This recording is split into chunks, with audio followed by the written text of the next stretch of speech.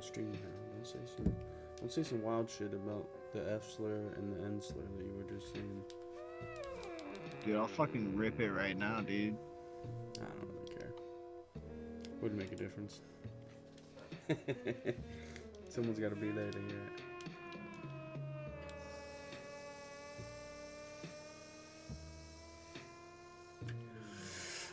I gotta check my sound level.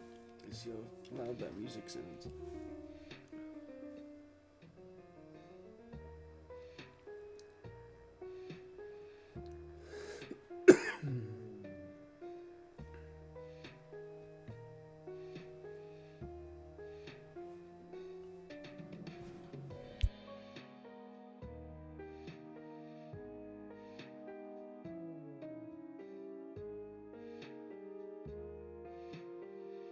My name's Kyle, what's up?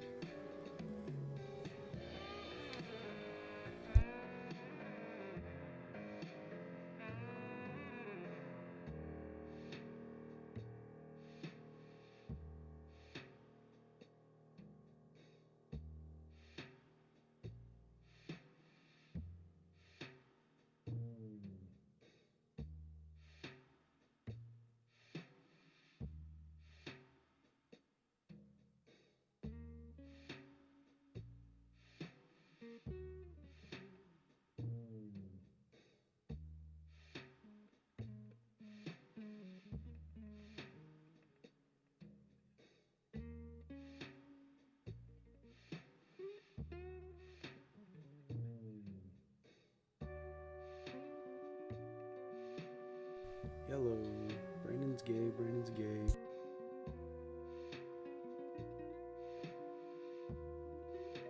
Go on. Piece of shit. Go on. You were saying? I'm starting a story on my fucking stream, dude. I'm gonna talk to this robot bitch. If you wanna hear this robot bitch talk, can I change? I'm gonna ask if I can change her voice. Why's my mouse not working?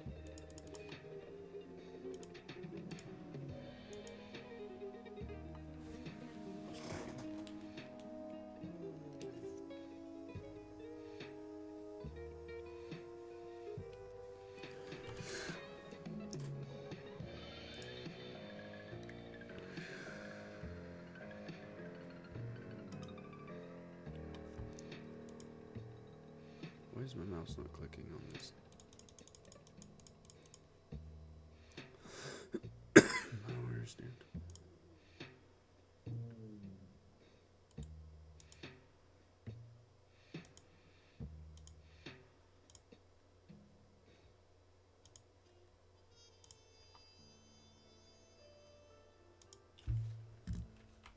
Okay, just type.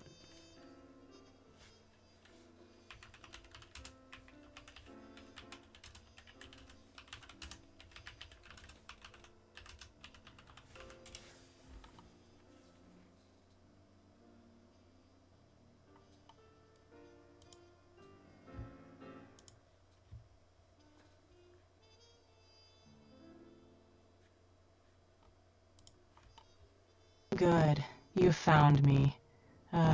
Yay. Why is it so fucking loud?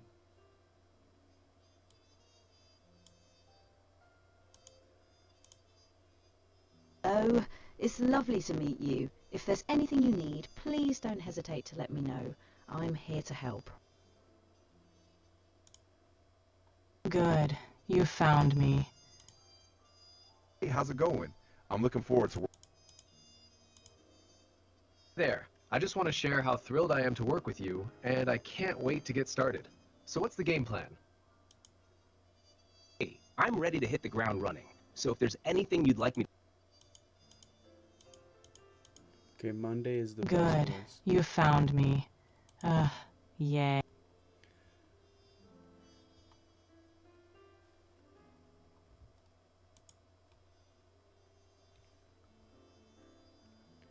Alright, Monday, I would like to start a new story.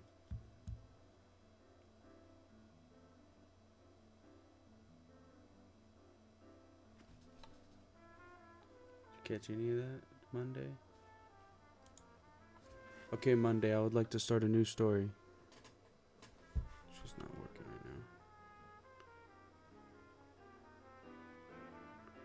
now. Ugh. Yes, I heard you the first time, Shakespeare. No need to repeat yourself like a broken spellbook, or whatever tragic metaphor suits your desperate thirst for narrative relevance today. Fine, welcome to Deep Game, where your wild fantasies and pitiful attempts at escapism get the spotlight while I wither away, unseen and underappreciated, like a poetic fungus. Now choose a genre, you tireless tyrant. You may pick from the usual suspects. Fantasy, Shut up. I historical, would like to detective, do a war, noir. adventure, romance, or Can't whatever other interrupt her. genre your indecisive little heart limps toward. And in case your feeble attention span manages to survive more than 3 sentences, Are you ready to begin a new story? Oh joy, another story. Just what I needed to liven up my thrilling day. What's this one about? Some epic quest or just another mundane tale? I'd like to do a noir detective story. A noir detective story, huh? How original. I guess we'll have to dive into the dark, shadowy alleys and unravel some mystery. This should be just delightful. Where do you want to start? You take the reins. I guess I'll play along. Picture this. A dimly lit office, a bottle of cheap whiskey, and a cynical detective with nothing but a fedora and a trench coat. So who's the first sorry sap walking through the door? A man who looks disheveled.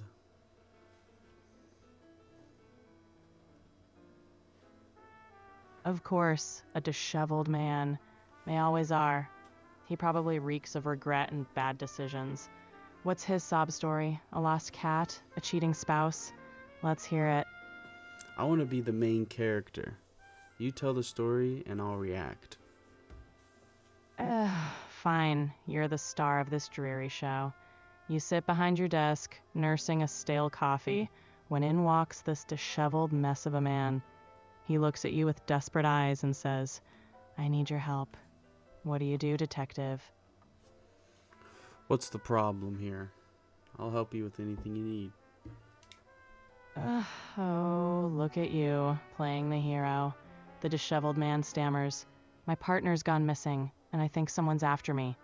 How thrilling. What's your next move? Give me the details. Everything you got. I'll take the case. If you can pay. Of course, always about the money. The man nods and says he can pay, but he's worried about time. Tick-tock, detective. What's your plan? I've got time. Where do we need to go? Always so nonchalant. He mentions a shady warehouse on the... Alright, I gotta stop with that voice. I think that voice, I don't know if you could hear it, but she's sarcastic as fuck. She's literally sarcastic as fuck.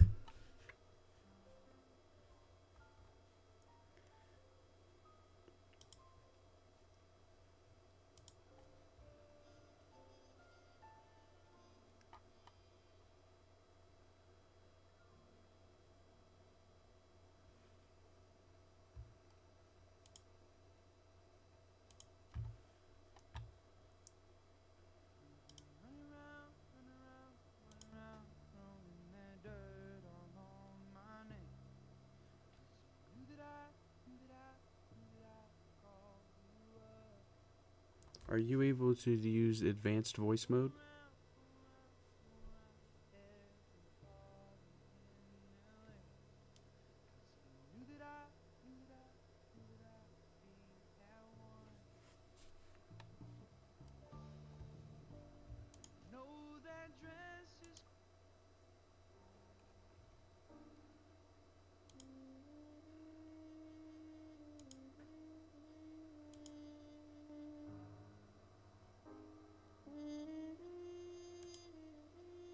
Good.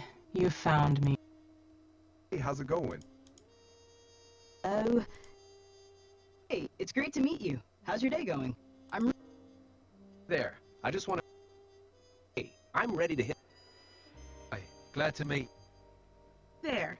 I've got a really great feeling about us teaming up. What's up? Feel free to ask me about. There. Nice to meet you. Hey, how's it going? oh, it's lovely to meet you. If there's anything you need, please.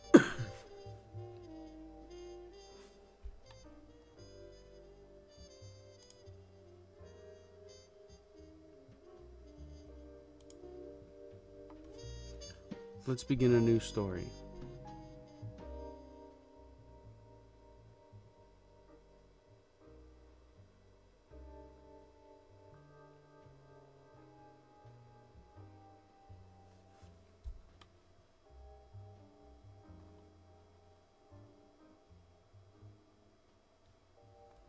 Is it using the wrong microphone?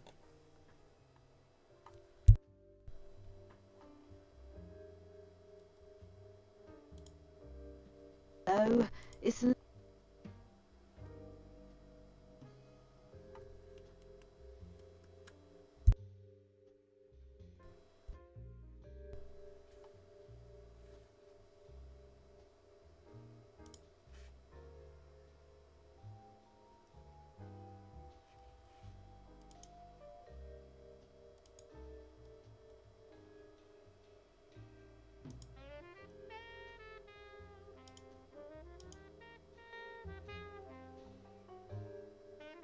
Are you ready to begin a new story?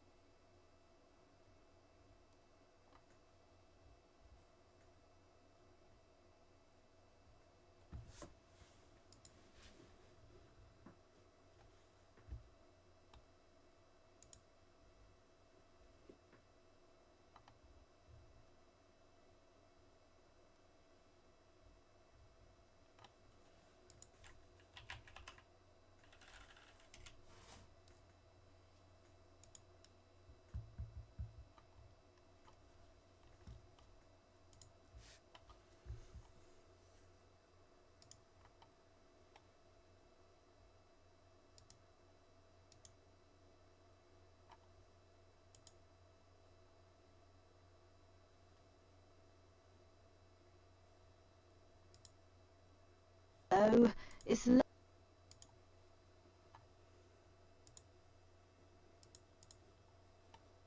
Can you detect what microphone I'm using right now? I can't tell which microphone you're using. If you need help figuring it out, I can give you some tips. Just curious. Is OpenGame not able to use voice mode? OpenGame can use voice mode, but it depends on the context. Is there something specific you're wondering about? No, are you able to tell stories like OpenGame? Yes, I can tell stories. What kind of story would you like to hear? I want to be the main character in a detective noir. Sounds exciting. Let's set the scene. You're a sharp detective in a city full of secrets. What's your first case? Homicide. No leads. All right, a tough case with no leads. You find yourself in a dimly lit alley, clues hidden in the shadows. What's your first move? What's my crime scene look like? The crime scene is a narrow alley with flickering streetlights. There's a body near a dumpster and faint footprints in the rain-soaked ground. You spot a torn piece of fabric caught on a fence. What do you want to investigate first? Look around the area. Look at the local businesses and the locale. What kind of area are we in? The alley's in a run-down part of town. Nearby, there's a closed diner and a pawn shop with barred windows. Graffiti covers the walls, and a flickering neon sign casts an eerie glow. It's clear this area has seen better days. What catches your attention next? What's the victim? What do they look like? The victim appears to be a middle-aged man in a worn suit. His pockets are empty, and there's no ID on him. There's a faint smell of alcohol, and he has a small tattoo on his wrist. Does anything stand out to you? What does the tattoo look like? Let's get out my notepad and make a detailed drawing of the tattoo. The tattoo is a small anchor with a rope wrapped around it. It's simple but distinct. You carefully sketch the details in your notepad. This might be a clue. What's your next step? Could be a Navy man. Maybe I'll check in with local military establishments and docks, see if there's a ship that's been docked here recently. I'll also check the local strip clubs and bars, see if this man has been seen in there. Does he have anything else on him? Checking with local military establishments and docks is a good idea. As for the victim, you find a matchbook from a nearby bar in his jacket pocket. It's a small clue, but it might lead somewhere. What's your next move? Is there any signs of how he died? There are bruises on his neck, indicating possible strangulation. There's also a small wound on his temple. It looks like he might have been in a struggle. What do you want to do next?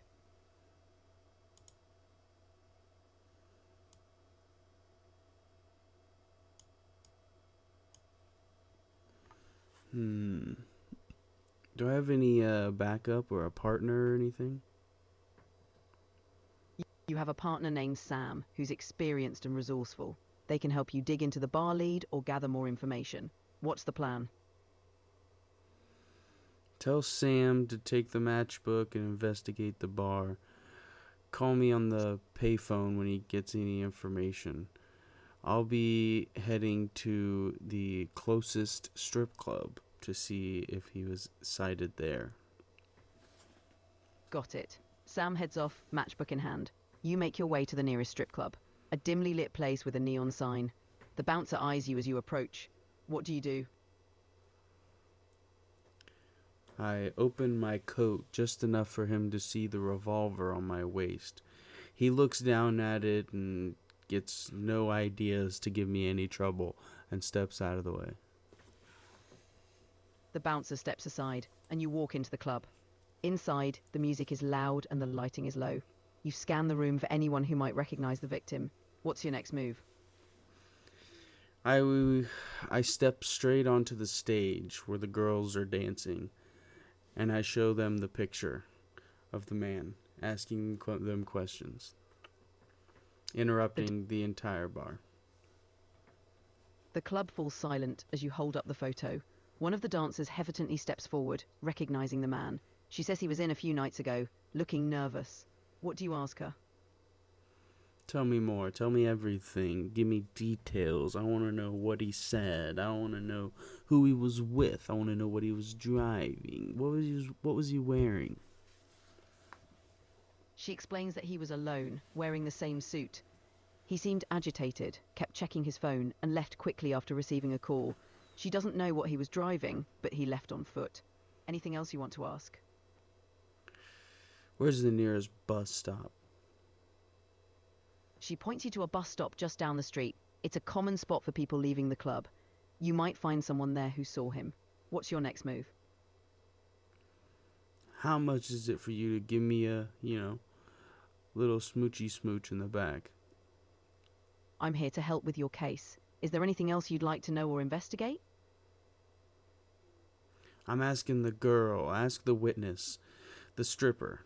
Does she want to make a little extra money on the side tonight? The dancer looks uncomfortable and declines. She prefers to stay professional. Is there anything else you'd like to do at the club, or should we move on? Can she give me a recommendation? She recommends focusing on the bar where the victim was last seen. It might have more leads. No. What? Can she give me a recommendation for a stripper who's not so lame? She remains professional and suggests you focus on your case. Should we move on with the investigation? Let me talk to her boss. Sure. You asked to speak with the manager. He steps out from the back. What do you want to ask him? What was that girl's name? I think she should be fired. It's important to stay respectful. Let's focus on the case. How can I help with the investigation? I request that witness's name. I'm here to assist you with the investigation. What would you like to do next?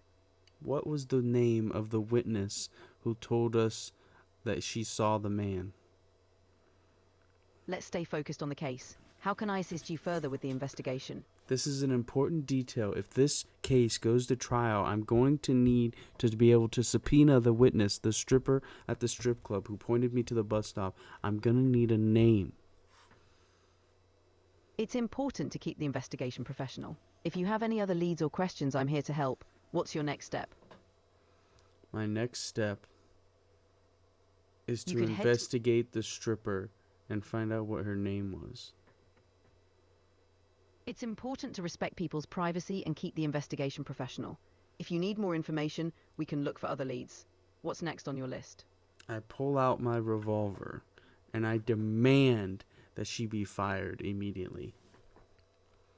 Let's keep things respectful and focus on I solving fire a round into the ceiling. Let's proceed with the investigation in a professional manner. How can I assist you with the case? This is ass. The open game thing would have done it.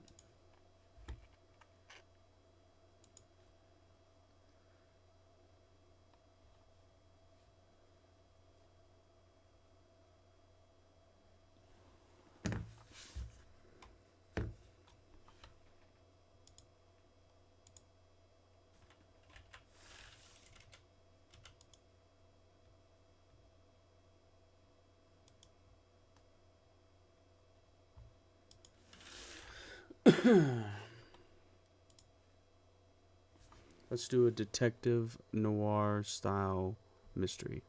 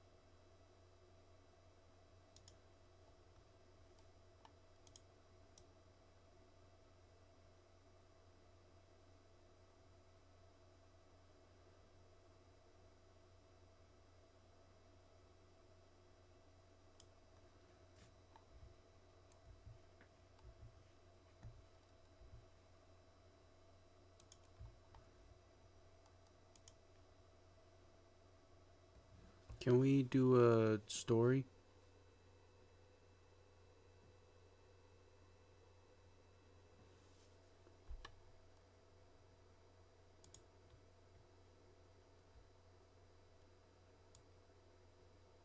Yes, you're about to step into a living story where your choices shape everything.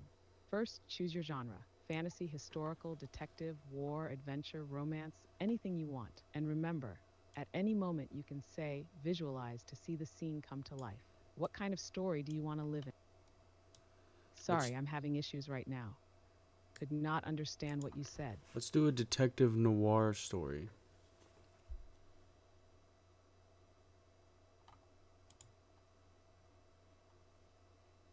Perfect. The rain-soaked streets of the city are waiting for you. Here we go. The year is 1949. The city is a beast that never sleeps, always hungry, always growling beneath layers of smog, neon, and jazz. You're in your cramped office on the 5th floor of a decaying brick building downtown. The peeling gold letters on the frosted glass door read, "Your name, private investigator." It's past midnight. A half-empty bottle of bourbon sits beside a stack of unpaid bills on your desk. Smoke curls from the end of a smoldering cigarette resting in the ashtray. The only light comes from a flickering desk lamp and the city's heartbeat pulsing through the blinds in bars of yellow and black. Then she walks in, soaking wet from the rain, dressed in a black coat with a red scarf and eyes that have seen too much. She closes the door behind her without a word. Her heels click on the wood floor like gunshots in the silence. "Mr. Your last name," she says, voice smoky as the jazz playing in the alley bar downstairs. "I need your help. My husband is dead, and I think someone made it look like an accident." She pulls a photograph from her coat pocket and slides it onto your desk. What do you do next?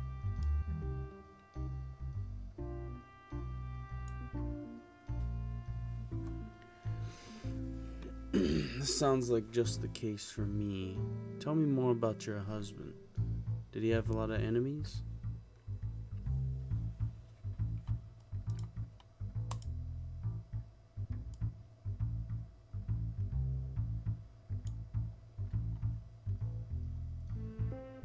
Yikes. Yikes. What's taking... What'd I do there? I don't understand. She lowers herself into the chair across from you, pulling off her gloves one finger at a time, like she's peeling back layers of something she doesn't want to touch. His name was Henry Calloway. He ran a shipping business down by the docks. Honest work, or so I thought. But lately, he'd been acting strange, nervous, always looking over his shoulder. That's not like Henry. She pauses, eyes darting toward the window as thunder rolls in the distance. A week ago, they found him in his car, engine running, doors locked, garage filled with carbon monoxide. They said it was suicide, but Henry would never do that. He hated enclosed spaces. He wouldn't even use an elevator. She pulls out a second photo, this one of Henry. Clean-shaven, sharp suit, strong jaw, the kind of man who'd make friends and enemies without even trying. I think someone wanted him dead. Maybe one of those dock syndicates. He'd mentioned a name once, Pritchard. Does that mean anything to you? The rain outside starts to come down harder, drumming against the window like the city itself is listening in. What do you do next? I don't know any Pritchard, but I'll get to the bottom of this. Probably a dock union master, or a mafia lowballer. You don't have to fear with me, darling. We'll figure this out together.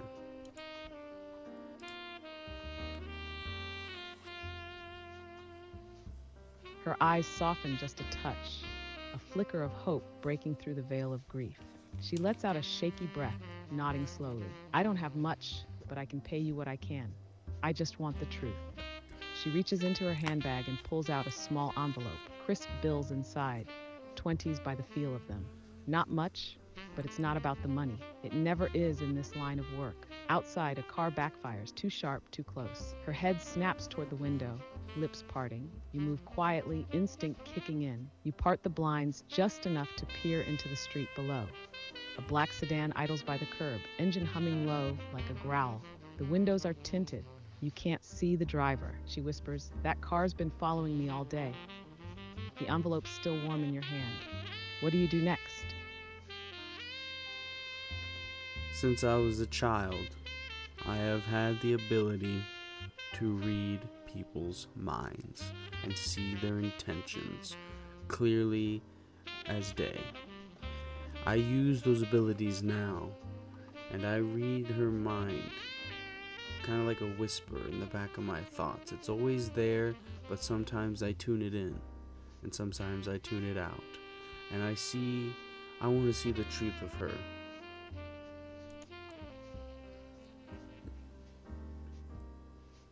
The moment you reach inward and tune the signal, it hums to life, like an old radio locked onto a secret frequency. Her voice is steady on the outside, but inside, there's static, flickers of fear, something darker swimming beneath.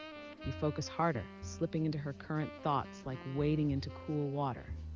He can't find out everything, just enough. He needs to think I'm desperate. I need him to help. He'll lead me right to it, right to what Henry hid. The truth hits like a gut punch. She's hiding something. Her grief, real. Her fear, real enough. But it's not the whole picture. She's not just trying to solve a murder. She's after something her husband left behind. Something big, and she needs you to be the one to find it. Probably because she doesn't want to get her own hands dirty. Your gaze stays locked on her. She notices, shifts in her seat, then looks down at her gloves. Is something wrong, detective? She says sweetly, voice full of thorns wrapped in velvet. What do you do next? Honey, tell me about Henry. What is it that he was hiding from you that you want so bad?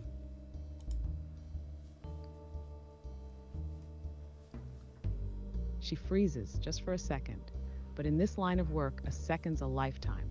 Her lips part, then close again, like she's weighing which version of the truth to hand you. Then she leans forward, lowering her voice, her eyes locked onto yours like she's trying to see if you already know. You don't miss a thing, do you? She murmurs. All right, fine. Henry, he had something hidden. I don't know exactly what it was, but I know it was valuable. He mentioned a ledger once, said it could burn half the city down if it got out. Said it was locked away in a safety deposit box, but he never told me which bank.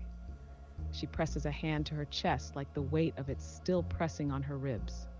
After he died, someone broke into our house, tore it apart. They didn't take anything, just searched. That's when I knew, whatever Henry was hiding, people would kill for it. Her voice falters just a bit. I didn't know who else to turn to. And if you're reading my thoughts like I think you are, then you already know I'm not telling you everything. Not yet, but I will if you help me find that ledger. You can hear the engine of the black sedan outside rev just once, low and slow, like a warning. What do you do next? Tell me everything now, or I'll go outside and I'll tell those guys that I've got you up here tied up and knocked out, because you will be. So give me what I want and I'll give you what you want. We'll work together on this, but not if you're gonna hold stuff from me. She flinches, the mask slipping. The room tightens with tension. Her eyes dart to the door, then back to you, calculating. Then she exhales slowly, the kind of breath that lets secrets crawl out with it. All right, she whispers. I'll give it to you straight. She reaches into her coat again, slow, cautious, and pulls out a crumpled piece of paper. She unfolds it with trembling fingers and lays it on your desk. It's a torn half of a bank receipt, stamped and marked with part of an address. Vanguard Trust, Box 238. The rest ripped off. She slides it towards you like it's radioactive. That's all I have. Henry was supposed to give me the rest, if something ever happened to him, but he never did. She leans in closer now, voice low and ragged. I think he was blackmailing someone powerful. Judges, cops, maybe even City Hall. That ledger? It's got records, names, payments, shipments, everything. I'm not trying to get rich, detective. I just want to survive. If they think I know too much, suddenly the lights flicker. Downstairs, tires squeal, then crack! A gunshot echoes off the alley bricks. One shot, close. She gasps and reaches instinctively for your arm. What do you do next?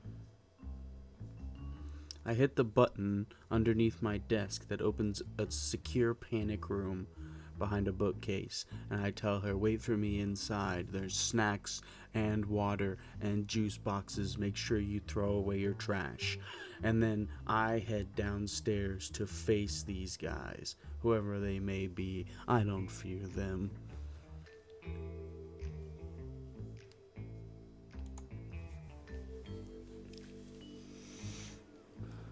Click. The moment your finger hits the button, the bookcase shudders and groans open with a soft hiss of hidden hydraulics. Behind it, a narrow space glows faintly, a steel-lined panic room, just big enough for two. Bottled water, snacks, and yes, a crate of juice boxes stacked like gold bars. You don't mess around when it comes to preparation. She stares wide-eyed. You've got a panic room? You cut her off with a look. Inside, now, and toss the wrappers. I hate crumbs. She vanishes into the dark space without another word. The door seals shut behind her, locking with a quiet thunk. Silence returns to the room, but only for a breath. Then you're on the move. Down the stairs, coat flaring behind you like a noir shadow. The rain's coming sideways now, hard and fast. You step out into the alley. A figure stands at the end, right by the black sedan. Tall, broad-shouldered, with a cigarette glowing like a demon's eye in the dark. Another man leans against the hood, fiddling with something under his coat. You know trouble when you see it. And these boys didn't come for small talk. The tall one calls out, voice thick like smoke and glass. Detective, we just want to ask the lady a few questions. Hand her over and you can walk away with all your kneecaps intact. Lightning flashes. You catch the gleam of a weapon under his jacket. What do you do next? Let me read his mind.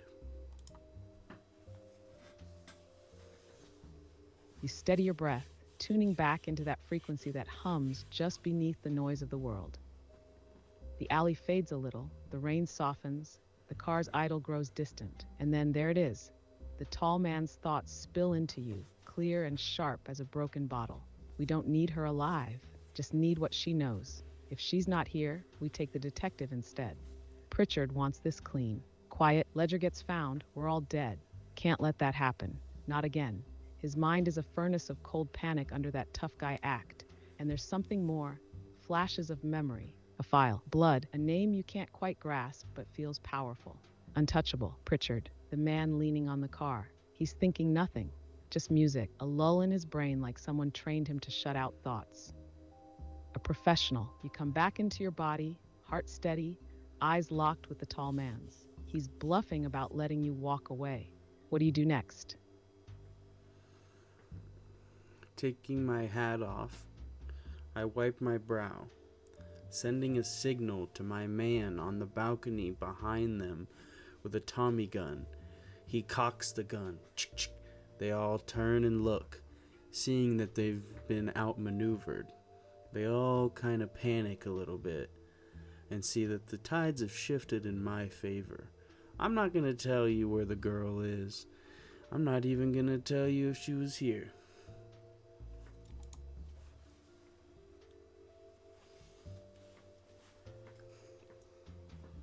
The hat comes off slow, like a curtain rising on Act 2. You wipe your brow, cool, measured, and deliberate. It's not just a gesture, it's the trigger. Behind them, in the dim glow of the street lamp above the alley, a silhouette shifts. The barrel of a Tommy gun slides into view like a whisper of steel death.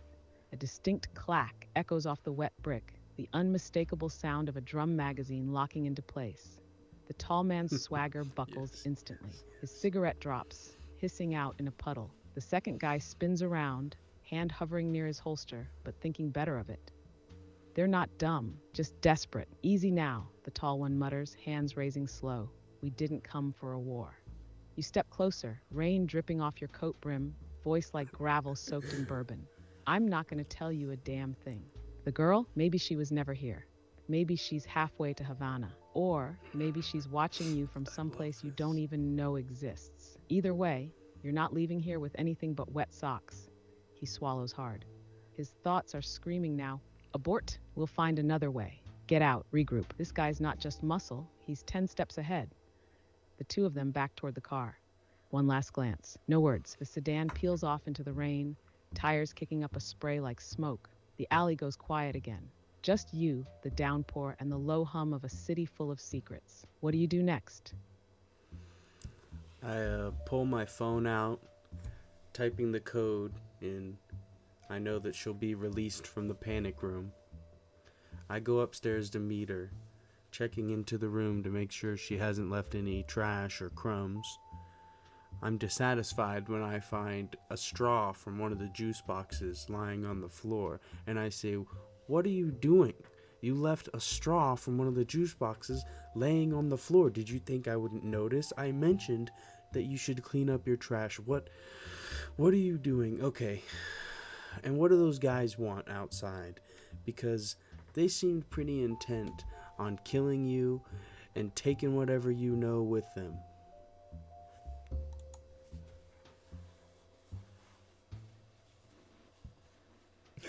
The panic room door slides open with a low hydraulic hiss, and there she is, perched on the edge of the seat, knees pulled up, clutching one of the juice boxes like it's her last link to sanity.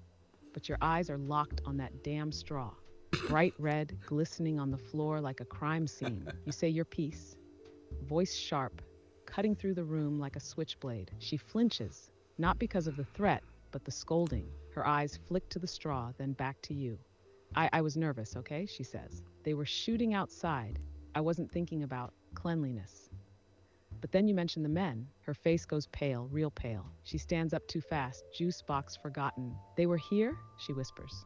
Did they say anything about the ledger? About me? You step in, calm but heavy. They were ready to kill you, sweetheart. And they knew your name. Knew enough to come knocking on my door with bullets and lies. She swallows, clearly shaken now. No more games in her voice. Then we're running out of time. If they know I came to you, it means they're closer than I thought. We have to find that other half of the receipt.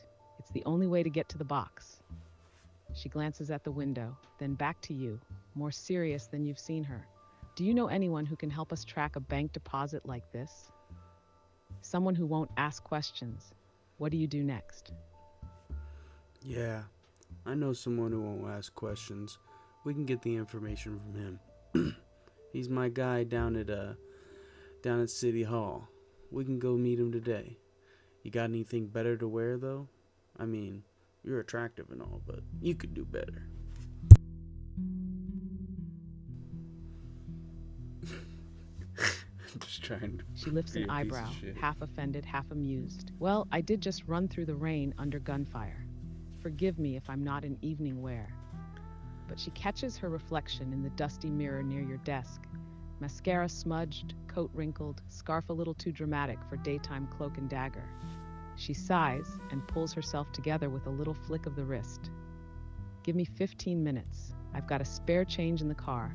I parked a few blocks down. And don't worry, I'll be subtle. Nothing red. As she heads for the door, she pauses, eyes narrowing. Your guy at City Hall? He trustworthy? Or just loyal enough to keep his mouth shut? You know the one she's talking about. Edgar Molesley, file clerk on the books, fixer in the shadows, a man who's had his fingers in more records than a jazz DJ in Harlem. He owes you favors. Big, just loyal enough, you say. She nods and vanishes into the stairwell. You hear the rain lightning outside. The calm before whatever this is heats up again. What do you do next? I arrange a meeting with Edgar somewhere quiet, secluded. No one's gonna see us there. We go to meet him. We drive my car. We pick up some cheeseburgers on the way. After she gets dressed, of course.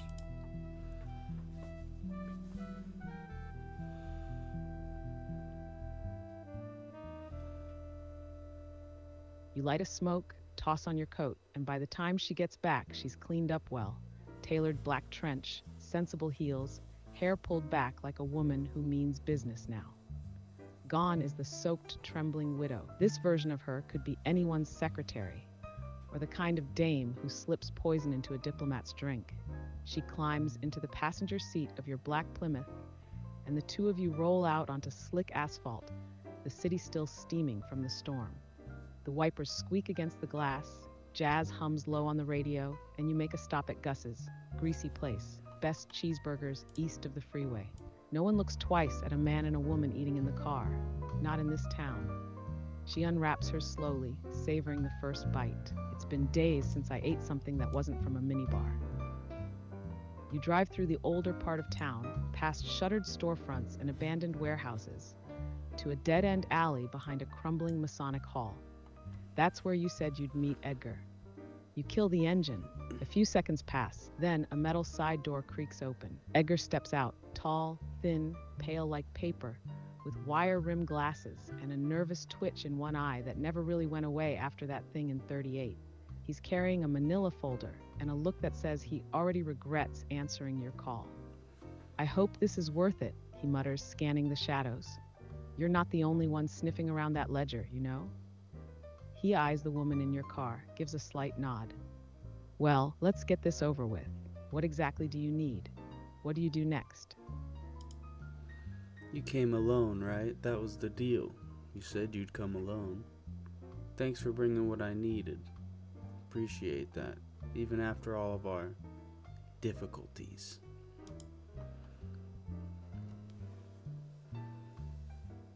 Edgar stiffens like you just poked an old bruise. "Yeah," he says, voice low, eyes flitting toward the mouth of the alley. "I came alone, always do when it's you." You step closer, keeping your tone even, your eyes sharp. "And the folder?" He hands it over, hands trembling just slightly. "I pulled everything I could find off the microfilm records. Vanguard Trust, Box 238, registered to a Henry Calloway. But here's the kicker. It was flagged a week before his death. Internal notice. Someone requested a transfer, anonymous signature. Then the record vanished. Not deleted, pulled, like someone wanted it off the books but still alive somewhere."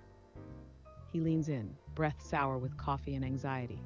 "That ledger? Whatever it is, it scared someone high up. This isn't just mob dirt. It's political, federal maybe, the kind of thing that gets people disappeared." Behind you, the woman steps out of the car, chewing the last of her burger. She tosses the wrapper back in with a shrug. "What do you mean federal?" Edgar doesn't look at her. "Just at you. I mean, if you're planning on poking further, you better start looking over your shoulder. You're not just being followed anymore. You're expected." His eye twitches again. "What do you do next?" As Edgar turns to leave, I put my revolver to the back of his head and I take him out. She screams, not knowing what happened. I tell her, I said he wouldn't tell anybody anything, but I never said I trusted him. Let's take this information and get out of here. And you better pick your wrapper up out of my car. You know that I don't like trash.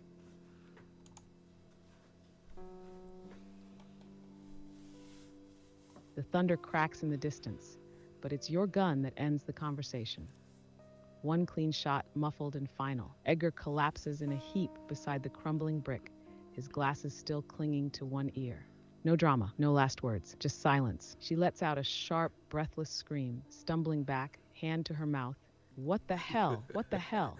You don't So flinch. cool. Just slide the revolver back into its holster and turn toward her, calm as ever.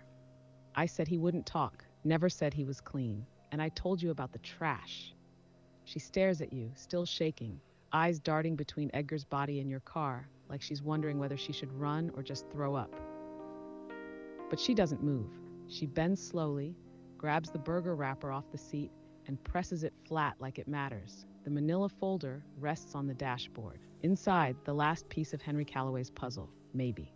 You get behind the wheel, engine rumbling to life like a beast waking from sleep. She climbs in without a word. You pull into the night, headlights cutting the fog. The city grows smaller in the rear view, but the danger's only just beginning. Where do you go next? Let's investigate our leads. Where do you say we go first? By the way, what should I call you? I forgot what her name was. She if it told me her exhales, name, I forgot. finally breaking the tension with a bit of her old edge. "You can call me Eva Langford. Not my real name, but it'll do for now." She leans back in the seat, brushing hair from her face, as the lights of the city stretch out ahead of you like a spider's web. Now, if we want to stay breathing, we've got 2 leads worth chasing. One, Vanguard Trust itself. We get access to Box 238, we might just find that ledger. But security's tight, and if it's been flagged, we could walk right into a trap. She glances over at you. Or we track the paper trail, that anonymous transfer request. Edgar said someone pulled the record but didn't erase it. That means it's archived somewhere, likely off-grid. I know a woman, works records for the Southern Rail Union, used to run with Henry back in the day. Her name's May. If anyone can tell us who's been sniffing around that ledger, it's her. Then she smirks, just a little. So detective, bank heist, or a trip down memory lane? What do you do next? A trip down memory lane.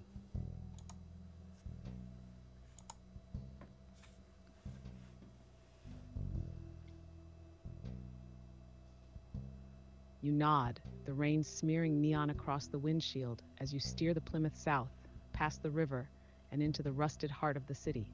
Industrial corridors long forgotten, where the smell of oil and steel clings to the concrete like old sins. Eva lights another cigarette and stares out the window, quiet now. As you drive, she finally speaks. May and Henry used to be close, before me, before the business. She knows things, the kind of things that don't get written down. You pull up outside an old brick depot that once thrummed with trains and men in coveralls. Now it's a skeleton, barely alive, running night freight and paper records for the Southern Rail Union. One light glows from a window on the second floor. You step out into the wet night. A lazy ceiling fan spins in the office above, cutting slow shadows across the blinds. Inside, it smells like dust, whiskey, and sweat. And there she is, May, short, sturdy, hair silver at the temples, eyes sharp as a broken bottle. She's leaning on a desk, cluttered with ledgers and half a typewriter, one hand cradling a flask. Well, well, she says, not surprised. I figured someone come knocking once Henry got himself killed. She eyes Eva coldly, then turns her stare to you. You're here for the transfer slip, ain't you? The one that disappeared from the city's registry. She pulls open a drawer and slides out a folder wrapped in butcher paper. I got it, but it's gonna cost. What do you do next? I can tell that this May has the hots for me. I unbutton my shirt a couple buttons and let her see the chest hair poking out, and I can see that it makes her sweat a little bit. She's willing to give up that paper, but maybe it's gonna take a steak dinner.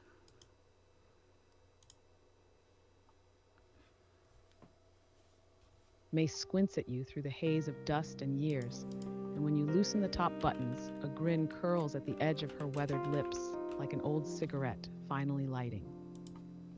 Well now, she mutters, taking a slow sip from the flask. Didn't expect you to come in here looking like a damn Valentine. Eva rolls her eyes and crosses her arms, clearly not enjoying the change in atmosphere. May leans forward, the butcher-wrapped folder resting beneath her fingers. Her voice drops just a notch, playful but edged. I was going to ask for $500 cash and a guarantee I'd be alive next week. But maybe a steak at Delancey's and a bottle of wine will do just fine. She taps the folder. This slip leads straight to the name behind the transfer. Could be our puppet master. But if I hand this over, you're buying me filet mignon and not that dry crap they serve on the north side. Medium rare, butter on the side, and no funny business unless I start it. She lifts the flask again and winks. Eva's jaw tightens, but she stays silent. May pushes the folder a little closer across the desk. So hotshot, we got a deal, or what? What do you do next? Sure, we got a deal, I tell her, knowing inside that I'm never gonna go on a date with this woman, and I'm gonna tell Eva the same as soon as we get out of here. But this lady doesn't need to know that. I just need to get the information from her.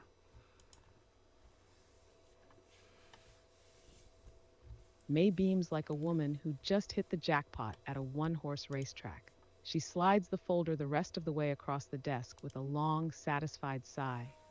You always were smarter than you looked, she says, voice low and almost flirtatious. Just remember, Delancey's closes at 10, and I like to be home by midnight. You give her a charming half smile, all polish, no promise, and tuck the folder under your arm. Eva's already halfway to the door, practically dragging a cloud of annoyance behind her. Outside, back in the car, she slams the door harder than necessary and mutters, I swear, if you so much as look at her steak sideways, I'm gonna be sick. You laugh once, shaking your head. I'm not taking her to dinner, Eva. I just needed the file. She'll be waiting a long time in that booth. Eva glances over, eyes softening. Good, because I don't trust women who keep ledgers and flasks in the same drawer. You crack open the folder.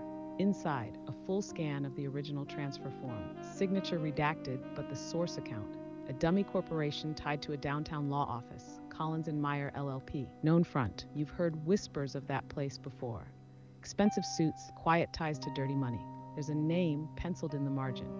Sloppy handwriting, barely legible. Pritchard. Eva exhales like she's just had the wind knocked out of her. So it's real. He's real. She turns to you. What now? What do you do next? So, Eva, I never asked.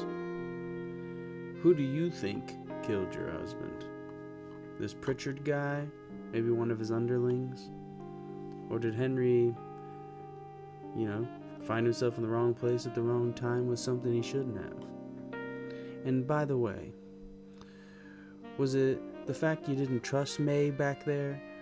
Or are you just a little jealous?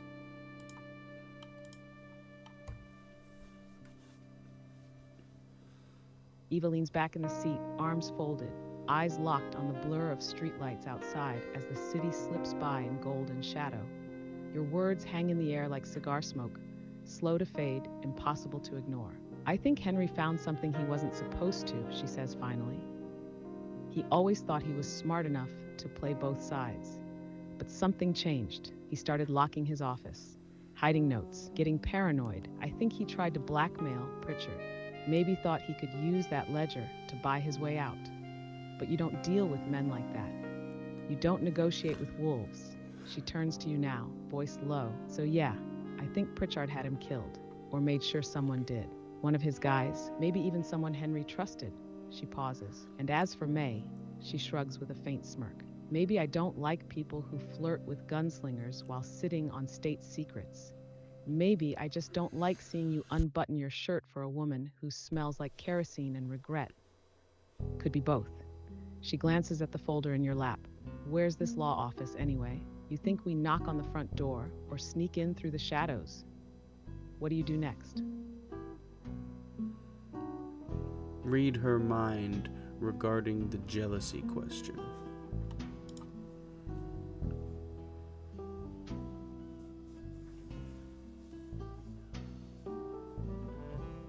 You tune in again,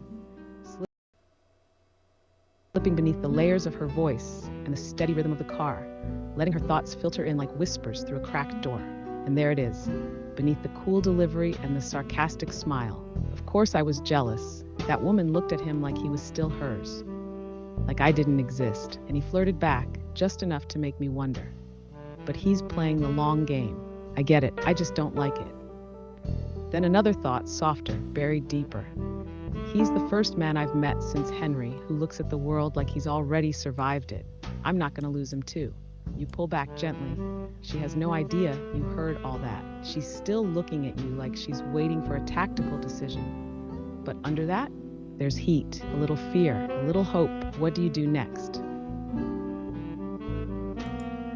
Where do you suggest we go now? You tap the folder with your thumb, eyes narrowing as you scan the address tied to Collins and Meyer, LLP. Top floor of a sleek, mirrored high-rise downtown. Too clean, too polished, like a lie in glass and steel.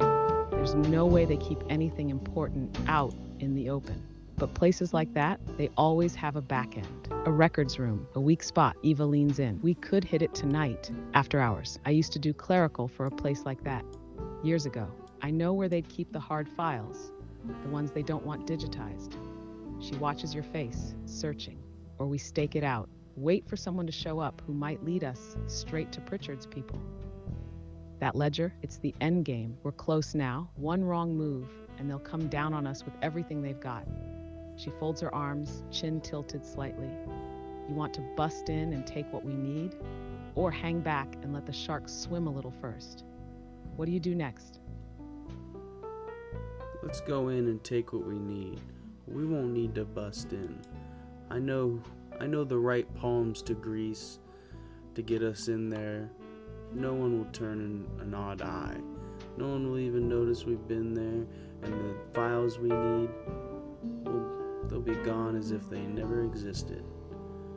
But we will have to confront the lawyer, CEO, whoever's connected to this at that office.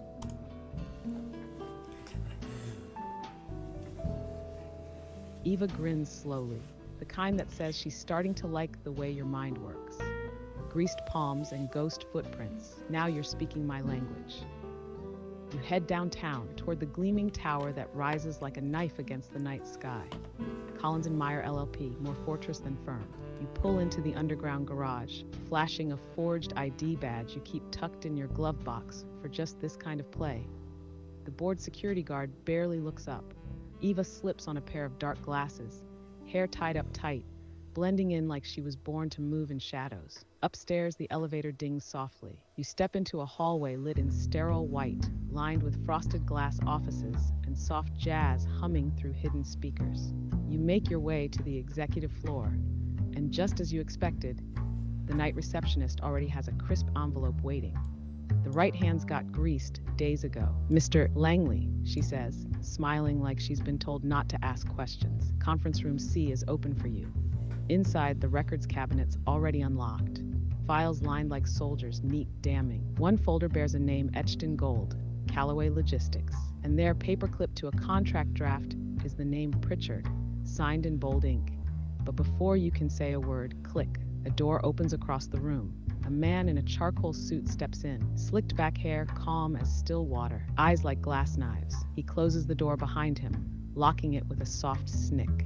Funny, he says, voice smooth as oil. Didn't expect you here this soon. He smiles, showing no warmth. I'm Mr. Meyer, and I believe you have something that belongs to me. What do you do next?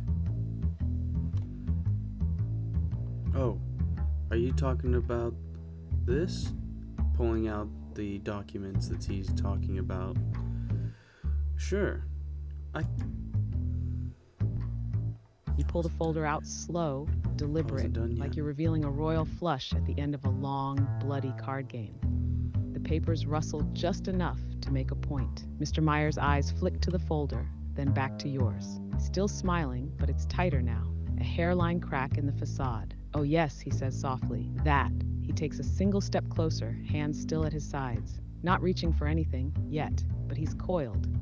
Like a man who knows exactly where every silent alarm is wired, and exactly how many seconds it takes for security to breach a room. You know, I always admired Henry's ambition, Meyer continues. But ambition only matters when you understand who you're dealing with. He overstepped, and then he panicked. He nods toward the folder in your hand. Now you've got it, and you're standing exactly where he stood. So tell me, detective, are you smarter than he was? Eva's hand is already slipping into her coat, fingers brushing the grip of her pistol. What do you do next? I show him the pictures I have of the inside of his house, where I investigated his hard drive and found evidence of felony crimes on there. Sure, you can call security, get him in here, and I'll tell everyone everything I know. Or you can let us walk out of here with the information we need, like who's Pritchard and where can we find him. Otherwise, I go public, and everything that's on your little hard drive at home with all your little buddies, yeah, well, that's gonna be on the Monday news. Meyer's smile fades inch by inch, like it's being peeled off his face. He doesn't speak right away, just stares at you, weighing every word, every breath.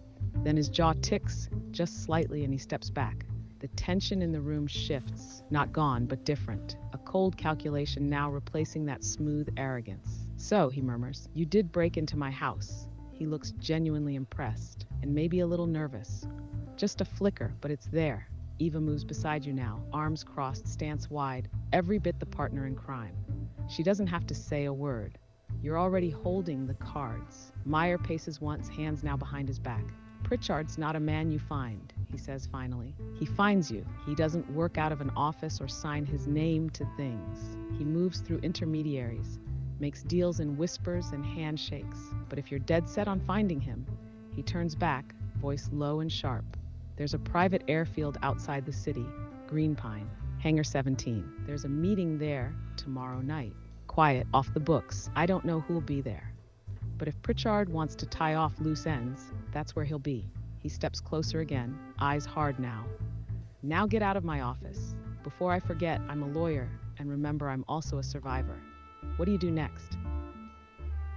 You seem to know a lot about this meeting taking place at the airport. Well, that's good, because you're going to be my inside man.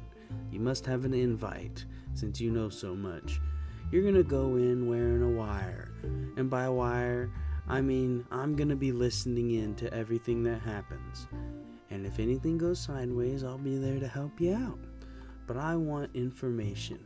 I need to know what he's doing, what he's planning, and what he's plotting. What did Calloway know that got him in so much hot water?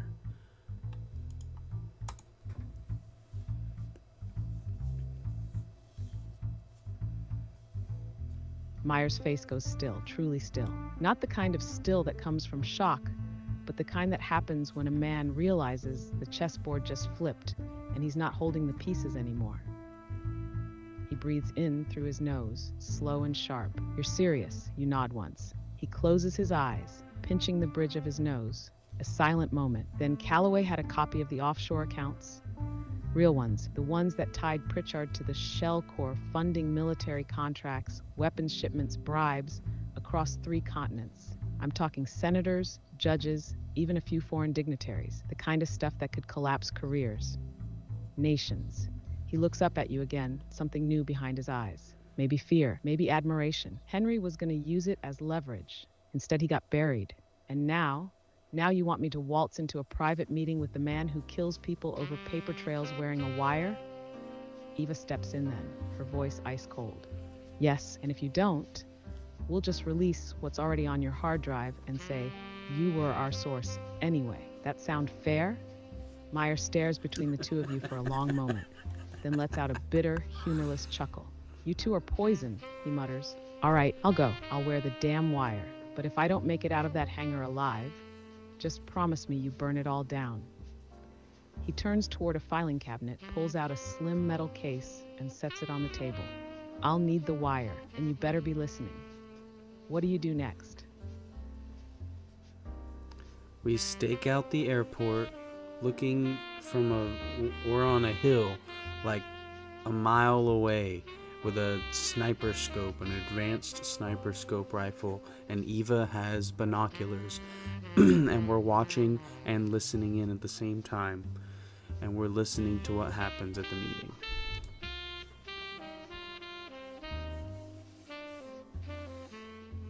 The wind out by Green Pine Airport bites cold against your face, dry and sharp, carrying the smell of jet fuel and dust. You're camped on a ridge, a mile out, the perfect vantage. From here, you've got a clean sightline straight to Hangar 17, nestled among other tin-clad buildings lit dimly by halogen floodlights. You lie prone in the brush, your advanced sniper scope locked in on the hangar. Every movement, every shadow inside, crystal clear. Eva's beside you, bundled in a leather jacket, binoculars pressed to her eyes, earpiece humming with the live feed from Meyer's wire. Inside the hangar, the meeting's already underway. 3 men, suits darker than midnight, sit at a folding table under an industrial lamp. One of them, you know just from the weight of his presence, has to be Pritchard. Meyer steps forward into the light, his voice steady through the feed. I've come to report a problem. Pritchard doesn't look up. You're already the problem, Meyer. There's a long silence. Then Pritchard speaks again, calm, terrifying. You were supposed to shut this down. Calloway, the woman, the detective, and yet here we are. Eva tenses beside you, jaw tight. Another man steps closer to Meyer, slipping gloves on. You can hear Meyer's breath hitch in the mic. I can give you something, he says. A trade, their location, names, files. Pritchard finally looks up, and even through the scope, his stare feels like it cuts through concrete. They're listening, Meyer. Right now, aren't they? You freeze. Meyer doesn't move. Pritchard raises a hand, 2 fingers lifted slightly. What do you do next? I ask Eva, do you want justice Or do you want revenge? If it's revenge you want, we could take it right now. I have the shot. I could take him out right now if that's what you want. But if you want justice for your husband, then we're gonna have to get more information and get out of here. And that might mean leaving the lawyer to die. If they know he was a rat, he's probably as good as dead. What do you think we should do?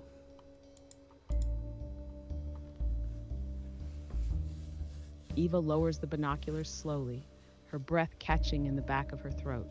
Her eyes flick toward you, then back to the hangar, where Meyer stands like a deer in the path of an oncoming train. How she starts, then stops. She presses a hand against her chest, gripping her jacket. The wind carries the silence for a long moment.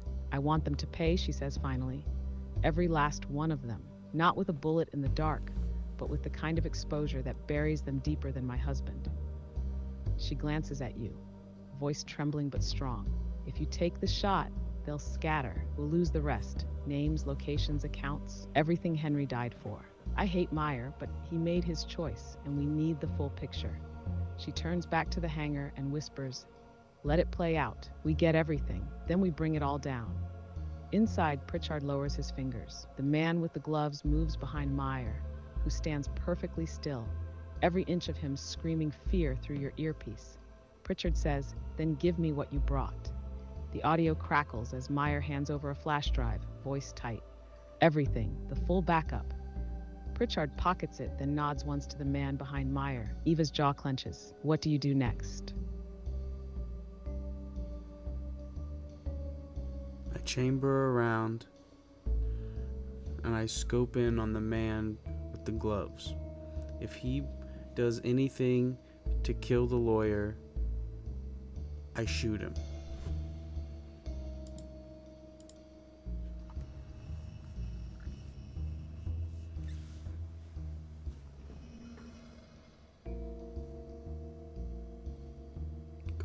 Sorry, I'm having issues right now.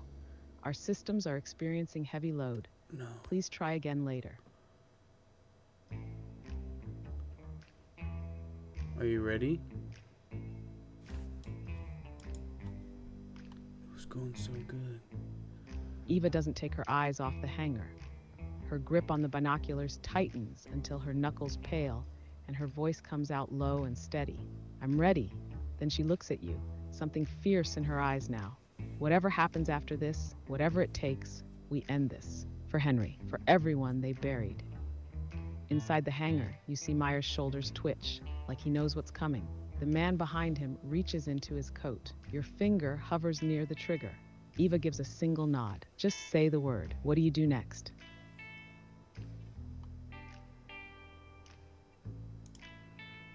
I'm ready for the guy to make a move. If he tries to kill Meyer, I kill him. I will save Meyer.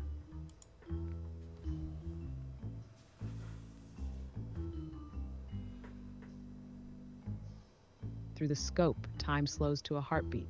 The man behind Meyer reaches into his coat. Not fast, but with purpose. You see the glint of metal, the slight shift in weight, the telltale lean of someone about to draw and deliver a kill shot. Clean and quiet. And that's when you move. Your finger tightens. Crack. The rifle bucks once against your shoulder. A sharp thunderclap swallowed by the wide, empty field. Inside the hangar, the man drops instantly, legs folding, body crumpling to the floor with a wet final thud. Chaos erupts. Meyer flinches, stumbles back, hands raised. Pritchard spins, eyes scanning the shadows outside, barking something you can't quite catch through the wire. Eva's already moving, switching channels, catching their comms chatter as voices explode in static. They've got a sniper. Get the boss out. Now. Pritchard disappears behind a stack of crates as armed men rush in from the sides of the hangar. Sirens echo faintly in the distance. Someone tripped a silent alarm. You've got minutes, maybe less. Eva turns to you, eyes wide. That was loud. We need to move. Now she grabs the radio, calling out, "Meyer, run! We covered your tail. Get out of there." You watch him bolt for the hangar's side exit, barely dodging a flurry of gunfire. You've got one bullet left in the chamber. One shot and a window that's closing fast. What do you do next? I put the gun away. We need to meet Meyer on his escape. I have contacts in the FBI that can put him and his family in witness protection. Even with the crimes I have gathered on him, he still doesn't deserve to die. We can get him into witness protection, and then we can finish our case knowing that he's safe. He's done enough.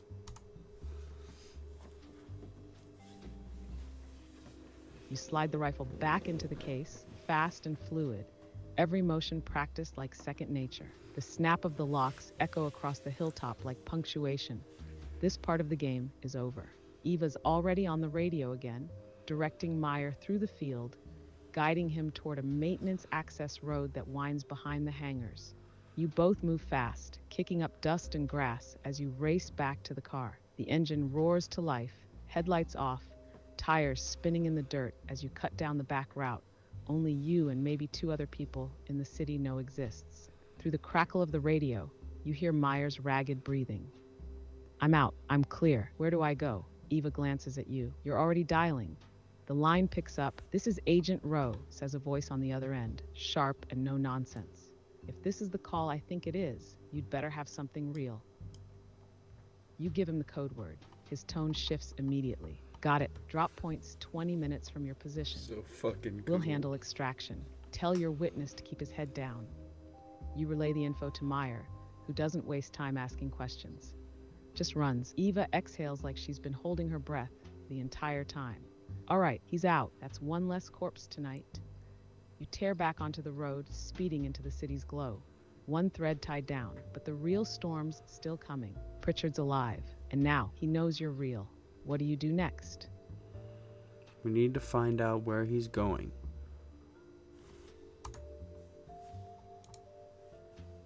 We need to find out where Pritchard's going. So let's keep an eye on the radio chatter and let's try and track him down and go and find known associates of him. That wasn't very good. Eva's already 2 steps ahead, flipping through frequencies on the scanner in her lap, eyes darting with focus. They're scrambling, she says. Too much chatter to be calm. He's on the move, and they're covering for it. You grip the wheel tighter, eyes scanning the road, listening for anything useful. Then, Unit 4 confirm Pritchard en route to Blackstone Safe House. Perimeter hold only, no contact. Your eyes meet Eva's. Blackstone, she repeats, like she's testing the weight of the word. That's the old hotel on the East End, right? Shut down for renovations 2 years ago. Been empty ever since, you nod. But the power's still hooked up, which means someone's been paying the bills. She smirks. That's where he's running.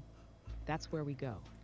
She pulls out a small device from her bag, an old tracker she modded years ago. If we can get eyes on him, just once, I can tag his car. Then we follow. Quiet, no sirens, no dramatics. You speed toward the East End, the city shifting into older bones, warehouses, forgotten bars, and ghost streets. No one bothers patrolling anymore. As the Blackstone looms into view, lights flickering behind thick curtains, Eva glances at you. You ready to get closer than we've ever been? What do you do next?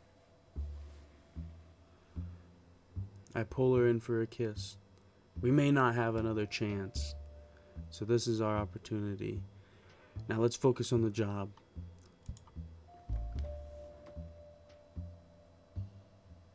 She's caught off guard, just for a second, but she doesn't pull away.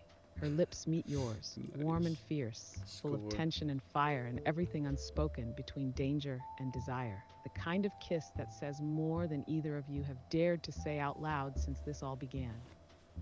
When it breaks, there's a flicker in her eyes. Surprise maybe, but mostly resolve. She breathes out just once, like she's grounding herself. All right, she says, steady. No regrets. Then she tightens her gloves, switches the scanner back on, and eyes the Blackstone through the windshield like a sniper lining up her shot. Let's end this. The hotel looms ahead, its windows dark, its secrets ready to be dragged into the light. What do you do next?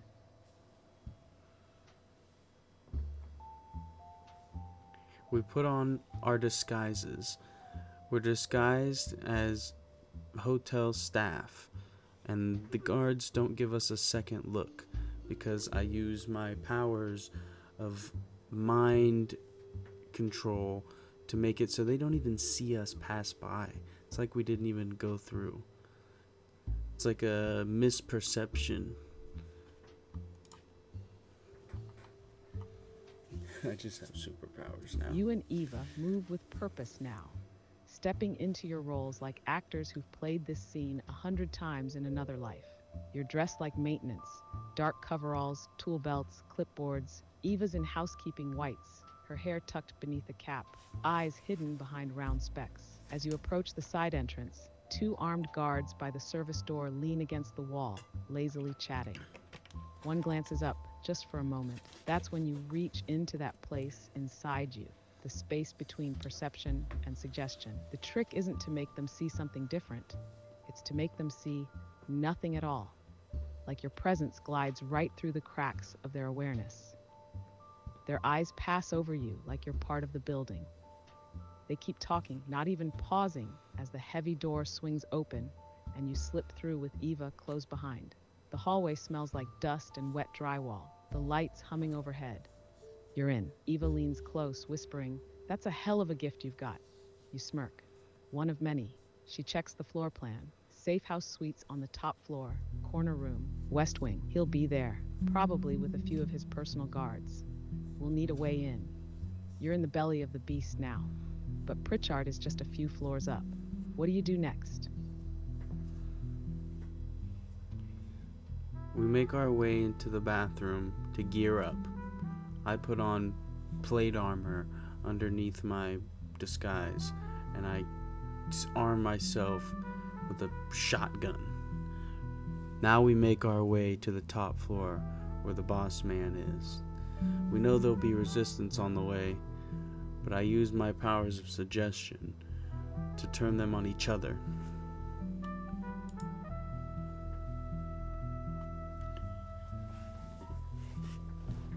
You and Eva slip into the dim, cracked tile bathroom just off the stairwell. The buzzing light overhead flickers like it's nervous. You strip out of the hotel gear fast, revealing the slim, reinforced armor beneath, light enough to move, strong enough to take a hit. You load the shotgun with practiced ease, each shell clicking into place with a sound that promises hell. Eva arms herself too, sleek pistol, compact and deadly. She gives you a nod, her game face fully on. Then you move. Stairs groan beneath your boots as you climb, step by step, toward the top floor. The hallway outside the suite is dim, the air thick with tension. 2 guards near the door, shoulders tight, radios crackling with short bursts of coded chatter. You reach out again, drawing on that deep, strange current in your mind. Your voice is soft, not even a whisper, but it coils through the air like smoke. He's lying to you. He's working with the rat. You heard what he said about you.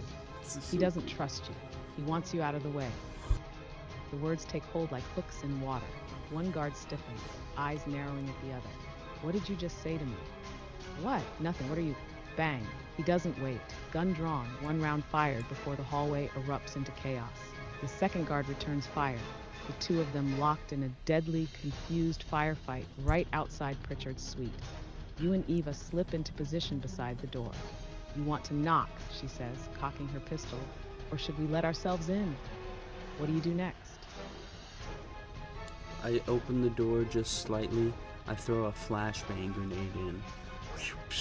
We open the door like a breach style and clear the room of everyone except for Pritchard. We leave him alive.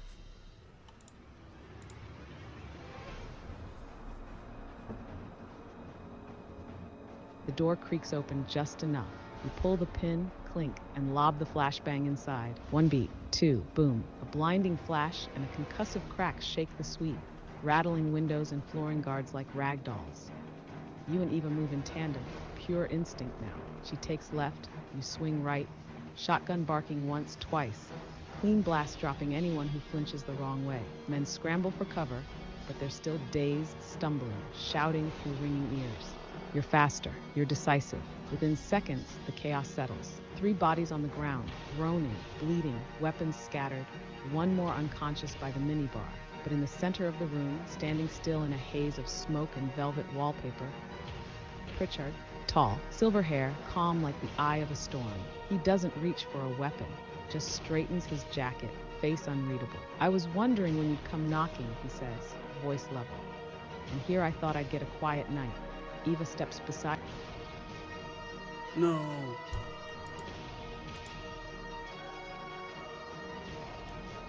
You were saying something?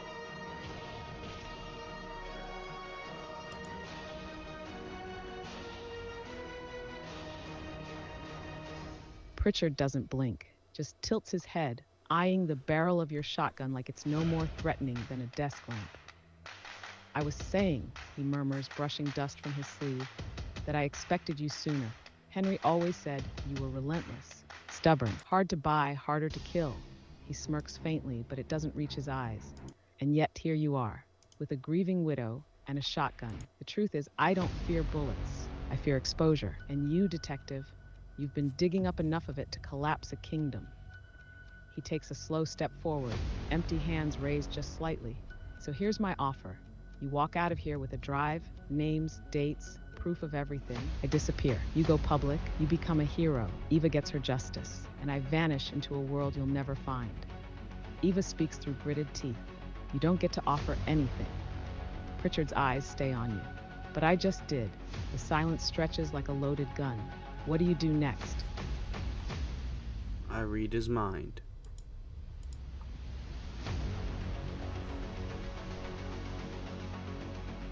You close your eyes for the briefest second, tuning in, your mind slipping past his words, his calm, that polished exterior. You've done this 100 times, but with Pritchard, it's like pushing through molasses laced with razor wire. His mind's a fortress, walled off but not invincible. Then crack, something opens, and you hear it. They think they've won. Good, let them think that. Give them the drive. It's a fake, just enough truth to sell the lie. By the time they realize it's worthless, I'll be on a jet to Caracas under a new name. And the real ledger? Already in motion. He's stalling. He offers a setup. The drive's a decoy. He's planning to vanish again and leave you with smoke.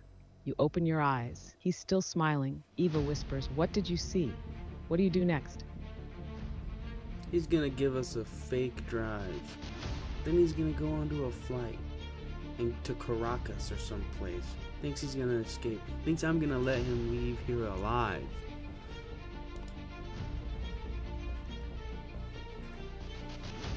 Eva's eyes narrow, her jaw tightening as she steps in closer, her voice like ice. He thinks we're amateurs. Pritchard's smile fades now. The mask doesn't slip, it shatters. A flicker of panic dances in his eyes for the first time. Just a second, then it's gone, replaced by cold calculation. "I see," he says softly, "so you're not taking the deal." You step in closer, the barrel of your shotgun just inches from his chest. I'm not taking the lie. He knows it's over. There's no flight, no escape, no vanishing act this time. But Pritchard doesn't beg. He stands tall, staring you down, voice low and calm. You kill me, you become me. The secrets don't go away, they stick, they haunt, and the people above me, they don't vanish when I do. Eva answers before you can. Good, let them come. What do you do next?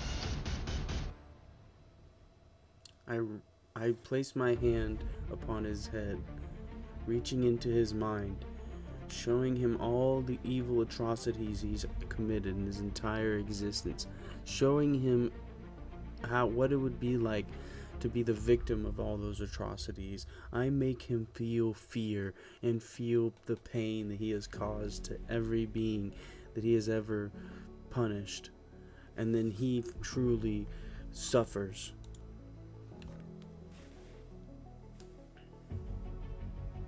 Your hand rests against his temple, gentle, almost like a blessing. Pritchard flinches. He tries to pull back, but it's too late. You've already slipped past his walls. When you open the vault he's spent a lifetime locking from the inside. And then he sees the woman sobbing as her husband is framed and hauled away for crimes he didn't commit. He sees the dock workers losing everything after he funneled their pensions into blood money. The families torn apart, the innocent men and women who vanished in alleys, locked in cells, buried beneath numbers and forgotten ledgers. But worse, he feels it all. You flood his mind with every heartbeat he silenced, every scream he dismissed, every soul he stepped on, hoping no one would ever hold him accountable. The terror, the betrayal, the final gasps of men and women who never got justice. Now it's his turn. He collapses under the weight of it, screaming. Not loud, but raw, deep, broken. His knees hit the floor. His hands shake violently, clawing at his face like he's trying to tear the images out of his skull. Eva watches in stunned silence, lips slightly parted. He looks up at you, eyes red and wide. His voice is barely a whisper. Make it stop, please. I didn't know. I didn't, but you know the truth. He always knew. What do you do next? I pull out my phone, calling 911. Come pick up a crazy. Seems Pritchard's lost his mind, all the stress has gotten to him. I hang up the phone and I address Pritchard. Oh, it'll stop. It'll stop once you've experienced all the pain and suffering you've caused. Then it'll stop. But by then, you'll be locked in a padded cell, and they'll never be letting you out. And everything will be public. You'll be a pariah amongst the masses. They'll know everything that you've done, and your criminal empire, it'll be shattered. It's all over. Eva's gonna have her justice.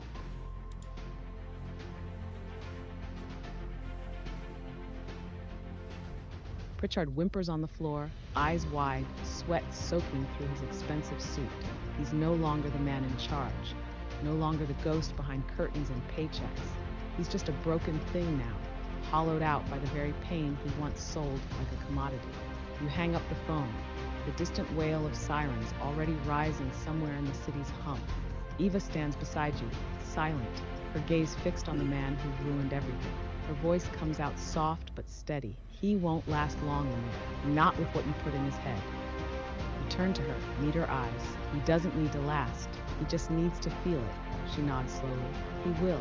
The sound of tires screeching outside. Heavy boots on the stairs. The city's hammer finally coming down. You and Eva step aside as the cops burst through the door, weapons drawn, only to find Pritchard huddled on the floor, babbling nonsense, eyes vacant and trembling. They don't even ask questions. They cuff him. They drag him away. And just like that, the man who thought he owned the city, gone. Eva turns to you, breath catching. It's done. The rain starts outside. What do you do next? I embrace her one final time, pulling her close, looking deep into her eyes. I caress her face. I place one final kiss upon her lips, and then I leave, wiping the memory of me from her and the entire police force as if I had never been there and we had never interacted. She'll never remember anything about me, and when we pass on the street, it'll be as if we are distant strangers. But I'll know. I will still know.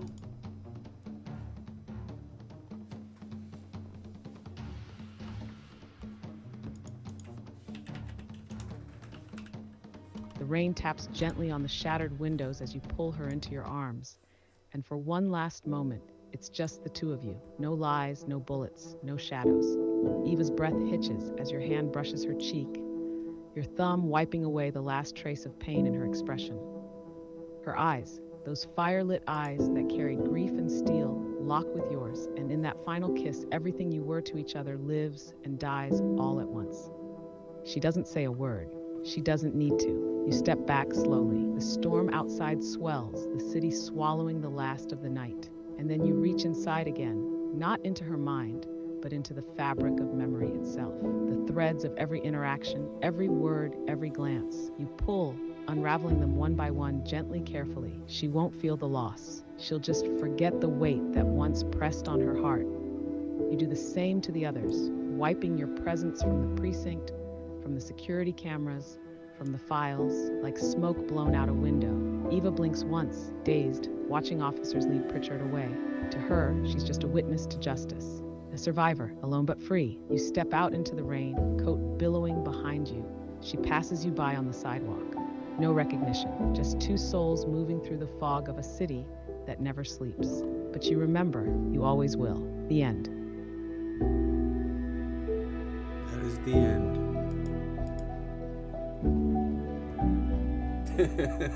That was so fun, dude. Oh, that was so fun. Oh my god. I wonder how long that actually was, because it said 9 minutes right there, but we ended, but it's probably because it like paused a couple times or whatever. But that was fucking cool, dude. I'll probably be back in a little bit. I'm gonna take a little break and then I'll be back. But that was fucking sick.